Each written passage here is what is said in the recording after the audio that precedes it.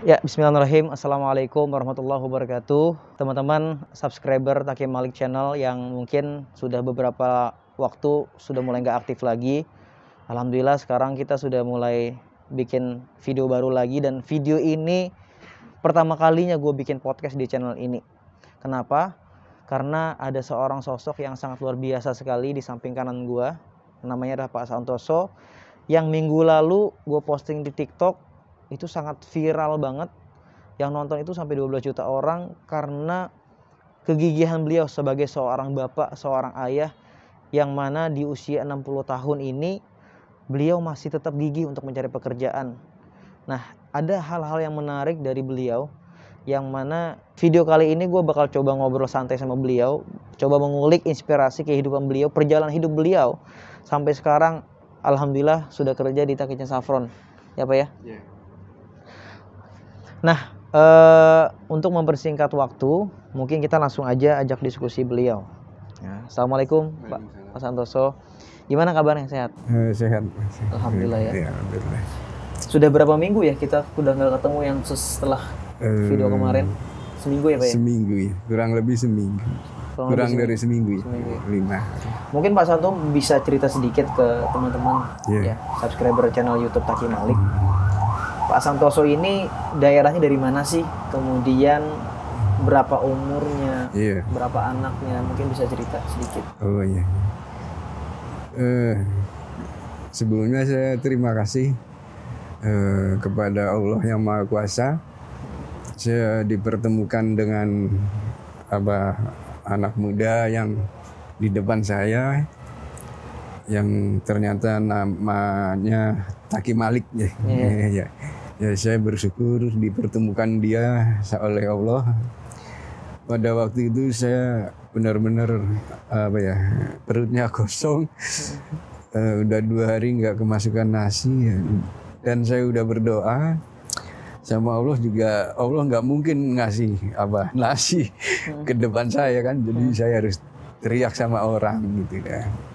Nah terus pas waktu itu di rumah beliau ada pegawainya masuk gitu, saya harus teriak kepada Mbak, barangkali punya nasi Mbak, saya belum makan. Saya bilang gitu. Akhirnya bapak muda ini, Pak Taki, keluar. Nah, di situ saya terkesan, mungkin beliau anak putra mahkota, ternyata dia bos itu ya, yang masih muda aja. Jadi saya salut sekali. Nah sebelumnya saya kerja waktu itu pertama kerja itu di proyek ya, sekitar tahun 89 ya, 89 sampai di Jakarta sampai 2010. Nah 2010 itu ekonominya udah agak Senin Kemis gitu ya. Mertua saya meninggal, terus dijual rumahnya, dibagi waris. Akhirnya sudah nggak ada keluarga di sini. Akhirnya saya pulang kampung. Nah pulang kampung ke Tegal. Nah di sana juga kehidupannya juga nggak berjalan mulus gitu ya. Nyari ini kerjaan agak susah. Jadi saya pada bulan yang lalu saya putuskan untuk ke Jakarta lagi, barangkali ada nasib. Ternyata ya sampai sebulan ada yang menjanjikan kerjaan, cuma nggak ditunggu-tunggu, nggak ada kunjung keputusan. Jadi sampai saya waktu itu udah bolak-balik, ada yang nawarin, cuma ya belum ada keputusan gitu ya. Nah pas saya lewat ke rumah anak muda ini, Bapak Taki Malik, ya itu saya harus teriak lah sama orang, soalnya Allah kan nggak mungkin ngasih nasi di depan kita kan. Nah, jadi saya harus minta tolong sama orang ya waktu itu ketemu pegawainya, terus dia ngasih tahu Saya pikir ini putra mahkota, ternyata bos itu ya. Saya benar-benar kaget saya waktu itu. Saya benar-benar ketemu orang yang apa ya istilahnya jiwa sosialnya tinggi gitu kan. Ya apa terus dia bisa apa ya memanage apa ya orang-orang dengan baik gitu ya dengan apa begitu manusiawi lah gitu ya menurut saya. Ya jadi saya bersyukur ketemu beliau gitu. Bapak Taqi Malik yang masih muda ini. Gimana perasaan Bapak setelah kondisi kayak gini?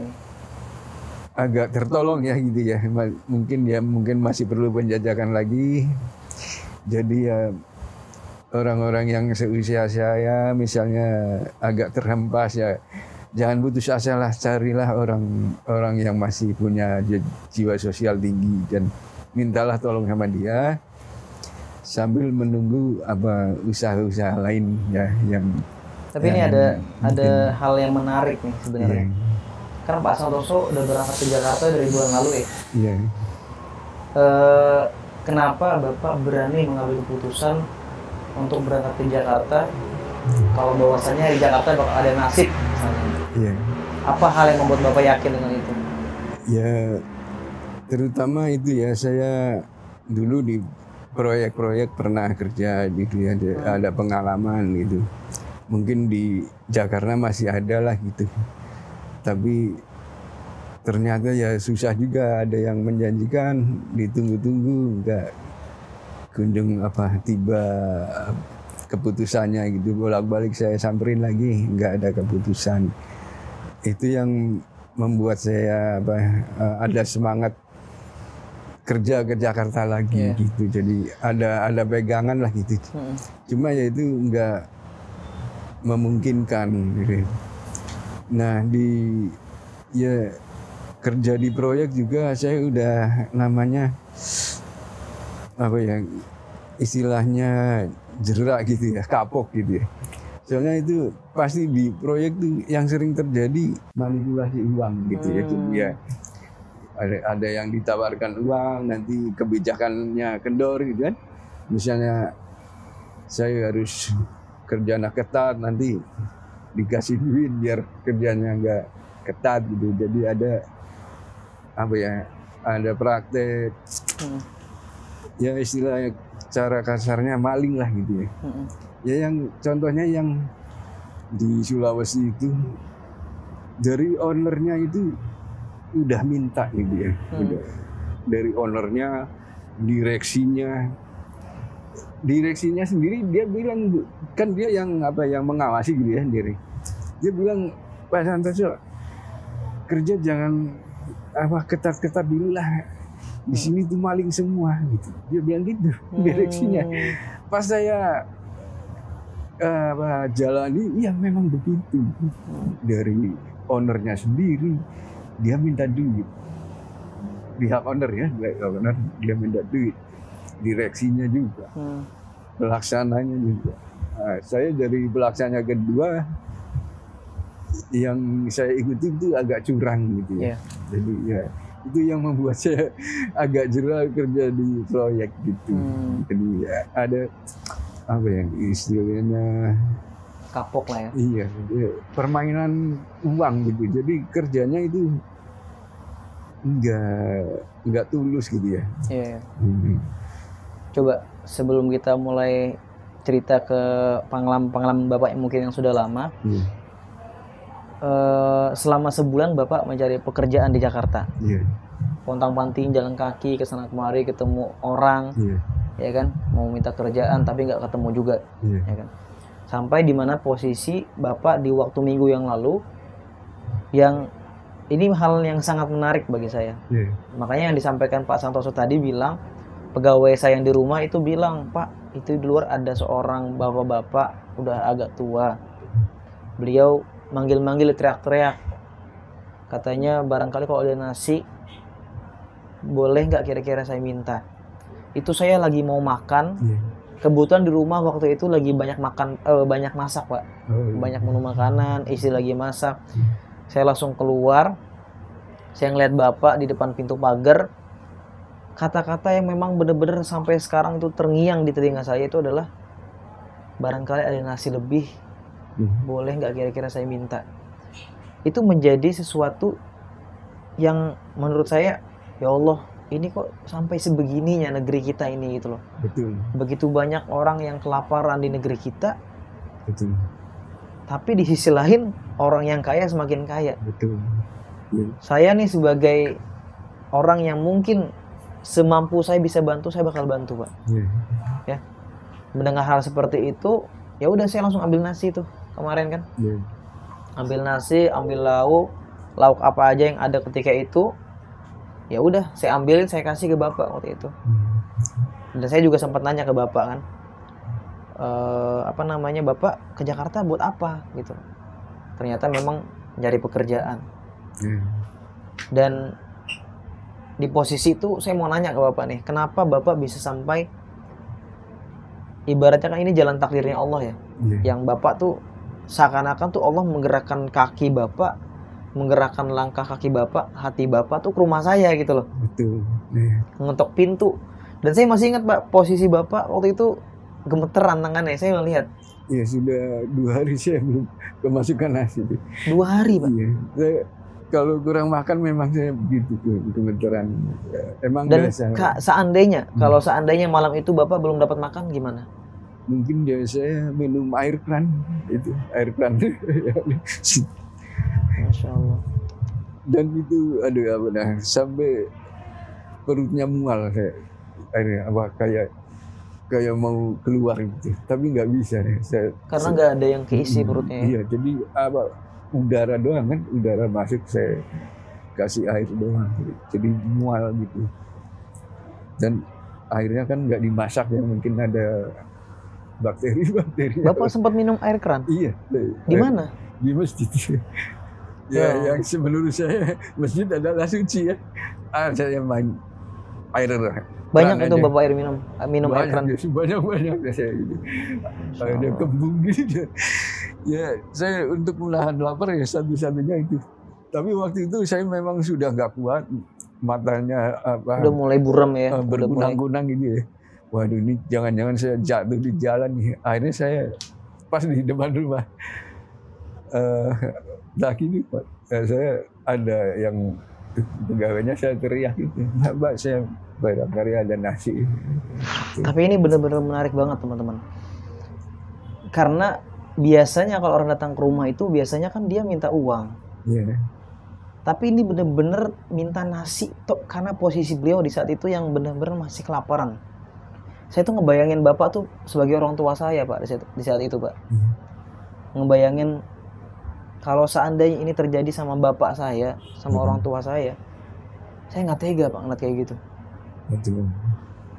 Makanya ya saya ngerti lah dengan kondisi sekarang kan, pandemi ini kan memang betul-betul membuat negeri kita sangat terpuruk banget. Ekonomi kita, kemudian sosial kita juga, kemudian juga dari bantuan buat ke masyarakat mungkin belum terlalu merata, ya kan? Ya saya berusaha semaksimal mungkin bantu Bapak. Nah, di saat itu sebetulnya saya bisa, kan Bapak waktu itu minta sama saya kan, minta pekerjaan tuh. Nah di saat itu juga posisi-posisi di kantor saya itu sudah penuh dengan orang sebetulnya. Sudah banyak yang daftar juga sebetulnya. Bahkan untuk yang daftar office boy, yang bersih-bersihkan kantor, yang mereka tuh sebenarnya rela buat tinggal dibayar pun banyak sebetulnya. Tapi kan itu semua adalah rezeki dari Allah. Ya kan? Betul. Allah yang menggerakkan itu semua.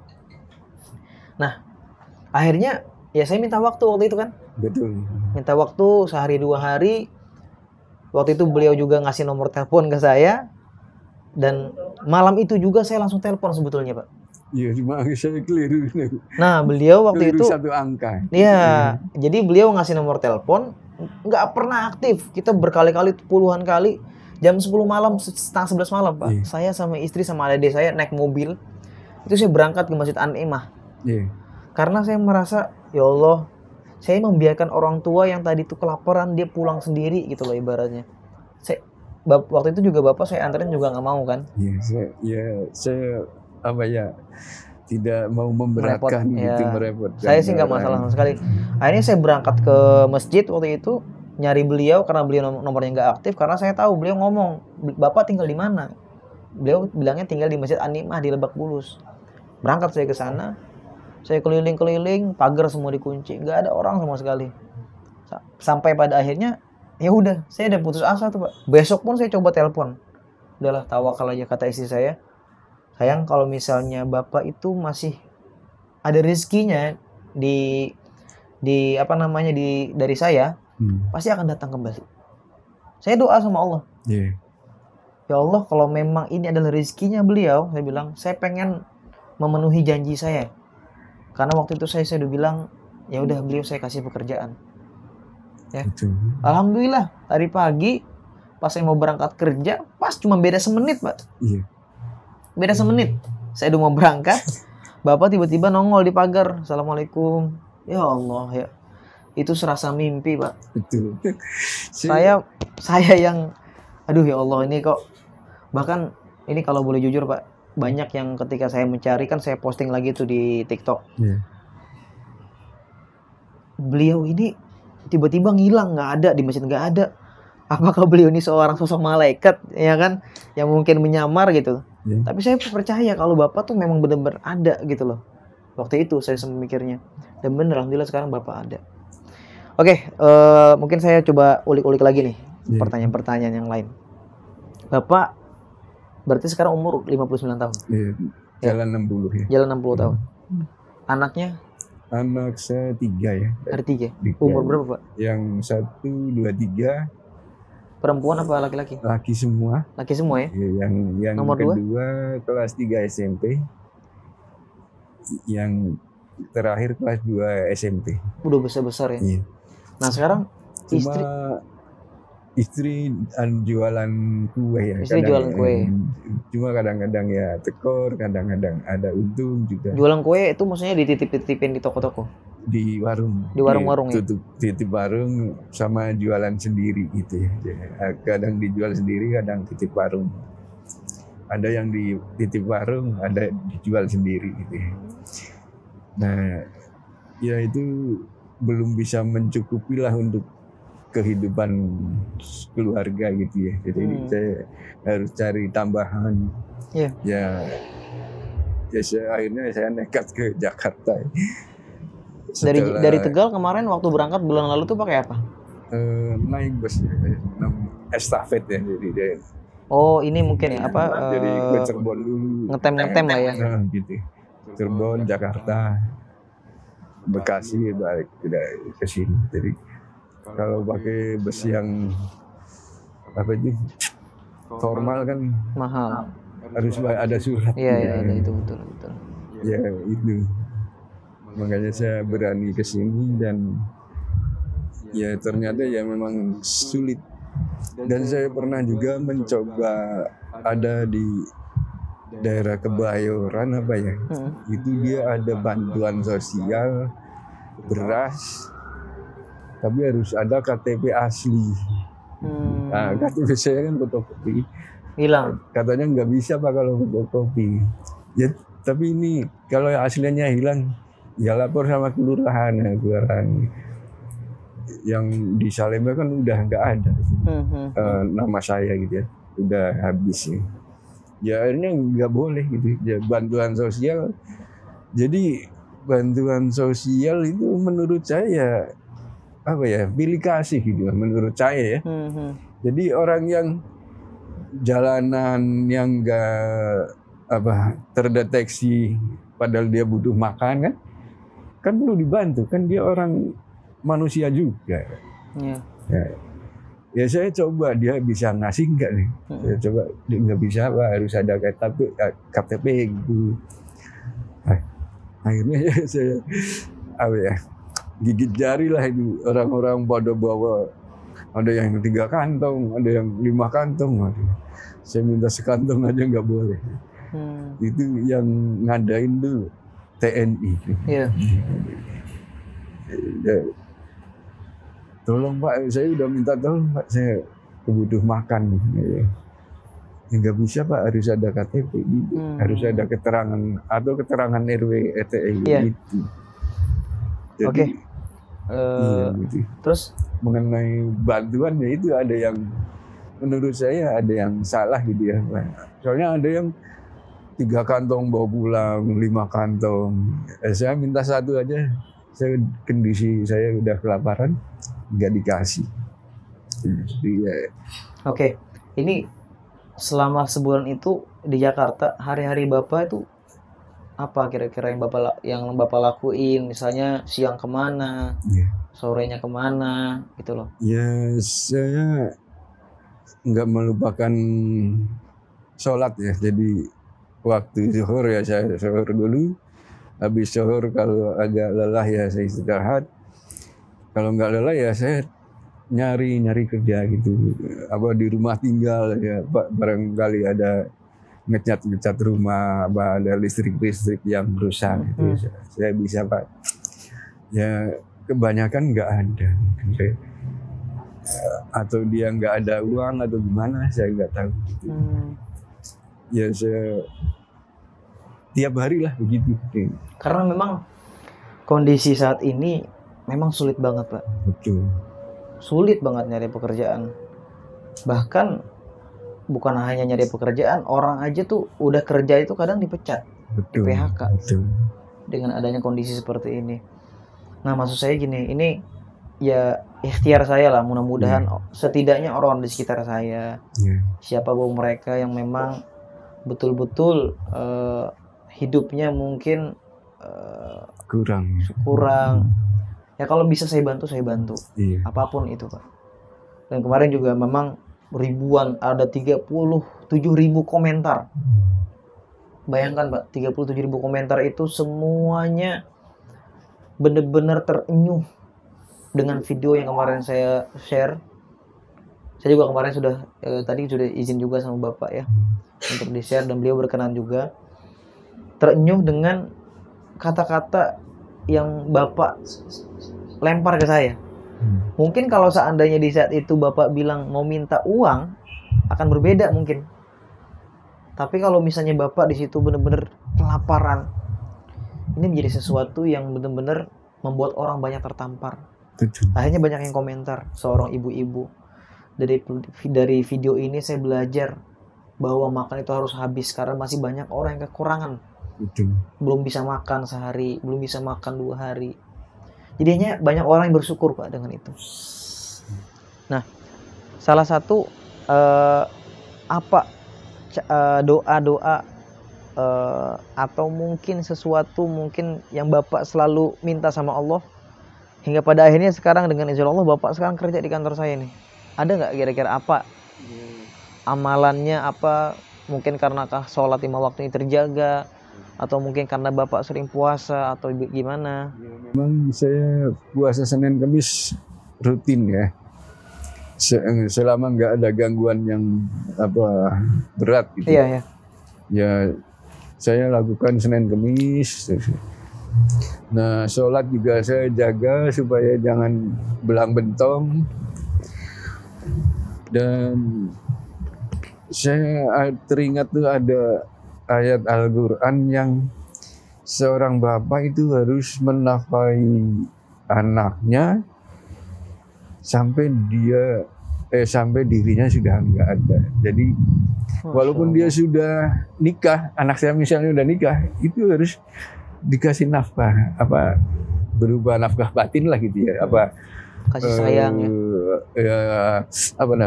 petuah gitu, petunjuk saya harus ngasih gitu. Kalau uang kan dia udah cari sendiri. Jalan-jalan yang baik yang harus dia kerjakan, apa yang dia tinggalkan kan saya harus ngasih tahu gitu. Nah sampai saya sudah nggak ada, harus itu yang saya kalau bisa ya nafkah zahir ya. Nafkah zahir. Nafkah lahir. Materi lah gitu ya. Itu harus saya kasih. Jadi ya saya yang menjadi semangat saya di situ. Saya nyari kerja untuk mereka gitu ya. Kalau dia udah kerja ya saya nafkahnya berupa petuah. Ya kalau ada rezeki ya saya kasih gitu. Makanya saya agak semangat lah nyari uang itu. Iya. Bapak pernah nggak merasakan posisi di terendah dalam hidup yang mungkin itu adalah cobaan terberat hidup Bapak? Pernah nggak kira-kira? Pernah. Kapan itu, Pak? Waktu tahun 2015 tuh ya. Kenapa itu? Itu saya kan ke sini ngurus KTP. Itu sama saja terjadinya. Saya uang udah habis, bekal dari kampung sudah nggak ada.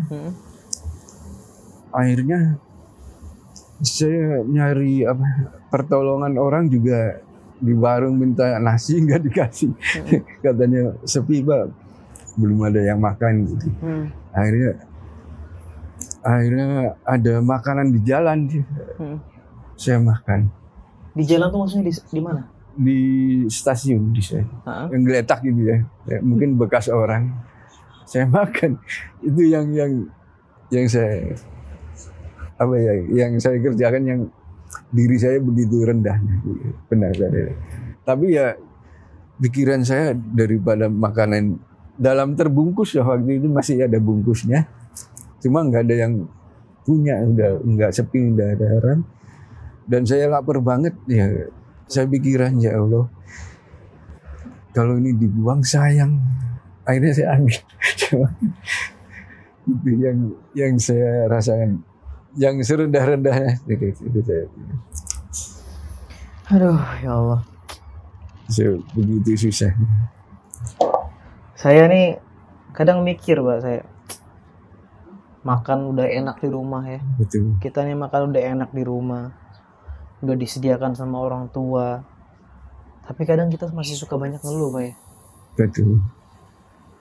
Kadang makan yang gak habis, tapi kita nggak pernah mikir kalau ternyata di luar sana itu banyak orang yang benar-benar susah hidupnya. Betul. Untuk mencari sesuap nasi aja tuh susahnya minta ampun. Makanya kalau saya kekenyangan, misalnya saya makan kekenyangan, enggak saya buang, saya rapikan, terus saya taruh di bawah biar dimakan kucing gitu kan. Kalau disebarkan dia nggak mau ya. Iya. Tercampur tanah kan susah dia makan. Saya kasih mangkok gitu ya, mangkok bekas, saya taruh di bawah.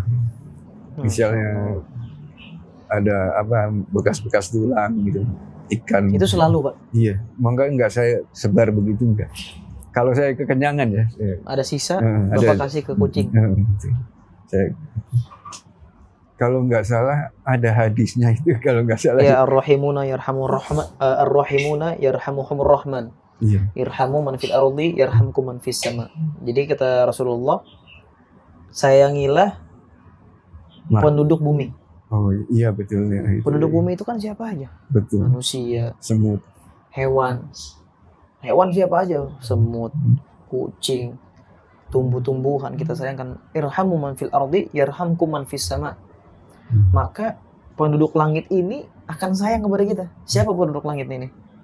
Para malaikat. Nah, mungkin juga salah satu amalan yang membuat Bapak sekarang itu bertahan kuat hingga sampai sekarang ini ada di kantor saya ini. Kantor saya ini mungkin nggak terlalu besar, Pak. Iya. Saya merintis usaha ini 3 tahun. Ya, merintis usaha 3 tahun. Saya berpikir mungkin ini adalah bagian rezeki dari Bapak. Karena dari rezeki saya itu pasti ada bagian rezeki dari orang lain. Betul. Ya. Nah, mungkin inilah salah satu amalan yang membuat Bapak sekarang justru Allah pilih bergabung bersama saya, karena ada ribuan orang di luar sana itu yang ngantri buat masuk kerja di sini, Pak. Iya. Ya, saya bersyukurlah ketemu Bapak muda ini, Pak Taki Malik gitu ya. Saya panggilnya Mas karena benar-benar kelihatan muda gitu ya bagi saya. Tapi dia ya, Bapak mungkin boleh lah anggap saya sebagai seorang anak lah mungkin. Karena umur saya kan juga jauh dari Bapak kan. Iya. Tapi dia punya jiwa sosial tinggi lah gitu ya, saya benar-benar salut dia. Jadi saya pesan sama anak-anak muda, kalau bisa contohnya Bapak Taki Malik ini yang masih muda, yang masih saya masih banyak belajar juga, Pak. Pokoknya Ya, apa yang bisa dibantu, insya Allah iya, bisa dibantu. Asalkan itu masih mampu bagi saya. betul. Saya Gimana? apa salut lah. Kalau Saya lebih salut sama bapak nih, eh, karena soalnya gini, eh, jarang anak muda yang punya jiwa sosial yang begitu tinggi lah menurut saya ya. Kalau Taki Malik ini benar-benar sosialnya tinggi, saya akui. saya hanya minta doa dari bapak, pesan buat mereka pak, kira-kira. Kalau yang bapak-bapak seperti saya ini ya kalau bisa memberi apa ya contoh yang baik kepada anak-anaknya, ya yang sesuai dengan Al-Quran lah dan hadis ya, yang dicontohkan Nabi lah gitu ya. Ya. Jiwa sosial tinggi, peduli sama lingkungan, dan jangan lupa sholat. Kalau bisa ya puasa Senin Kemis itu yang Dijaga ya. dijalankan Rasul gitu ya. Itu benar-benar memberikan apa ya pelajaran buat kita supaya kita tahu bahwa orang puasa itu laparnya bukan main. Itu menimbulkan kita apa ya bisa memberikan rezeki kepada orang lain. Betapa orang yang jarang makan di luar sana, yang tidak apa ya terdeteksi kependudukan, ya kan? Selama ini kan bantuan sosial cuma yang terdeteksi kependudukan. Kalau yang nggak terdeteksi masa bodoh, mau mati kayak mau enggak, itu terserah ya. Kalau pemerintah yang bagus ya, yang tidak terdeteksi pun harus dikasih bantuan. Soalnya dia manusia kan. Betul. Ya betul ya. Kepada anak-anak muda yang ya mungkin seusia anak saya, ya jangan putus asa lah. Misalnya berjuang belum ketemu jalannya, jangan kayak anak sekarang cemen gitu ya. Baru ditampar orang aja udah KO gitu. Berjuanglah terus sekuat tenaga. Kepada anak-anak muda jangan lupakan sholat lah, sholat. Kalau bisa puasa, belajar puasa gitu. Dan selalu kalau bisa baca Al-Quran sama hadis Nabi lah gitu. Soalnya itu pegangan ya. Menurut tuntunan kita lah. Iya, betul. Dan Oke. saya kira itu. Mungkin sebelum kita tutup, Yeah. ini sudah banyak sekali ya motivasi, inspirasi yang mungkin teman-teman sudah dapatkan. Ini ada beberapa tapi banyak pertanyaan nih dari kawan-kawan yang akan saya tanyakan nih dari pertanyaan netizen ke Bapak ya, buat Bapak. Salah satunya nih ada namanya koherensi ya. Impian Bapak tuh apa kira-kira? Dulu sih waktu saya belum agamanya masih kacau itu saya pengen istilahnya jadi orang kaya ya. Orang kaya. Cuma pas saya agama agak dekat dengan saya dekat agama gitu. Kekayaan itu sebenarnya ada di dalam hati. Itu. Bukan dari materi. Ya, bukan materi. Ada orang yang materinya banyak, cekcok sama keluarganya. Ada yang punya istri cantik, duitnya nggak kurang, narkoba juga ada kan. Saya lihat di YouTube kemarin. Ya pesan saya ya itu kepada yang nanya itu. Tadi nanyanya impian ya. Jadi impian saya berbalik. Saya ingin setelah saya dekat pegangan agama ini ya, berbalik. Saya ingin memberikan sesuatu kepada anak saya, bukan materi ya, cuma ya materi bolehlah dicari, cuma pegangan hidup. Pegangan hidup ya itu Al-Quran sama hadis itu. Itu memang harus dijalankan. Karena kalau berjalan itu dia bisa jadi dermawan, bisa jadi orang yang soleh, peduli lingkungan gitu kan. Itu jadi impian saya berbalik ke situ. Jadi saya ingin anak saya itu soleh-soleh yang mungkin ya di samping ada kerjaan lah begitu. Ya. Kemudian pertanyaan kedua nih Pak. Yeah. Nih Ica, mungkin pertanyaan terakhir ya. Yeah. Gimana perasaan Pak Santoso ketika diterima nih di Takecan Saffron? Yeah. Gimana perasaannya? Benar-benar di luar dugaan ya, saya benar-benar ya sangat senang sekali gitu ya, saya dikasih kerjaan sama Bapak muda ini, Bapak Taki. Ekspektasi Bapak ketika datang ke rumah saya? Iya. Waktu itu ya. Kepikiran nggak bakal diterima? Saya masih ragu-ragu waktu itu ya, saya dikasih kerjaan guys. Soalnya pikiran saya waktu itu, Bapak Taki ini putra mahkota gitu ya. Saya kira ada bapaknya. Jadi saya mungkin bapaknya kali yang berperan.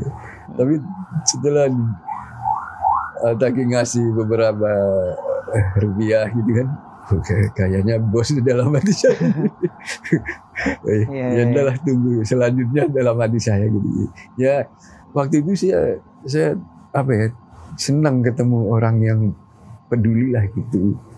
Untuk kerjaan kan saya baru tahu sekarang bahwa dikasih kerjaan gitu. Jadi ya saya tambah seneng lah. Saya sudah istilahnya mabok ya. Ya putus asa kan nggak boleh ya, kalau muslim nggak boleh putus asa. Ya saya berjuang terus ya, akhirnya ketemulah sama Pak Taki Malik ini. Ya saya bersyukur kepada Allah, saya dipertemukan dengan orang yang dermawan, jiwa sosialnya tinggi gitu ya. Itu yang menurut saya menjadi senang lah gitu. Jadi oke. Alhamdulillah ya teman-teman, banyak sekali tadi pertanyaan-pertanyaan yang kita sudah diskusikan, sharing-sharing, inspirasi pengalaman hidup beliau yang udah lumayan cukup panjang. Pada intinya kita sebagai anak, kita punya orang tua, hargain orang tua ya, hargain perjuangan orang tua yang pontang-panting mencari nafkah buat anaknya. Kemudian buat kawan-kawan yang sekarang lagi berjuang mencari pekerjaan, jangan pernah putus asa ya. Betul. Jangan pernah putus asa. Doa. Dan terus berdoa. Minta doa sama orang tua. Ya. Allah itu pasti selalu memberikan yang terbaik buat hambanya. Kalau bukan sekarang mungkin besok. Kalau bukan besok, besoknya lagi nanti insya Allah akan Allah berikan yang terbaik buat hambanya. Dari beliau kita belajar kegigihan, semangat yang beliau sampai saat ini usia mau 60 tahun tapi tetap semangat buat memberikan nafkah buat anaknya, berjuang di tengah kehidupan di Jakarta yang betul-betul hiruk pikuk yang sangat luar biasa. Tapi beliau optimis dan takdir Allah mengatakan bahwasanya beliau mendapatkan pekerjaan di kondisi yang memang sekarang lagi sulit-sulitnya mencari pekerjaan. Saya hanya minta doa dari Bapak, mudah-mudahan Takecan Saffron, Takecan Group Indonesia bisa semakin maju. Ya, karyawan kita semakin bertambah. Alhamdulillah Pak. Kita di kondisi seperti ini, di saat perusahaan-perusahaan lain banyak yang memecat, mem-PHK karyawan, kita terus bertambah. Saya minta doanya dari Bapak, mudah-mudahan ini perusahaan ini berkah, karena di kantor ini saya mencoba untuk mengimplementasikan bagaimana sih menerapkan nilai-nilai Islam di dalamnya. Betul. Ya tadi saya berusaha menyamaratakan semua, nggak ada yang namanya bos, nggak ada yang namanya anak buah. Tapi di sini kita sama-sama bekerja, kita adalah tim. Betul. Setiap pagi sebelum kerja kita baca ngaji dulu, baca al-waqiah, bahkan kalau bisa perlu sholat duha, ketika azan berkumandang sholat ke masjid. Itu saya coba terapkan dan ternyata mungkin itulah salah satu yang membuat perusahaan ini terus bertahan sampai sekarang. Karena selalu melibatkan Allah di dalamnya. Betul, itu yang perlu. Teman-teman, mungkin cukup dulu podcastnya kali ini. Sudah banyak sekali ya, sudah kita cari, kita gali inspirasi dari beliau.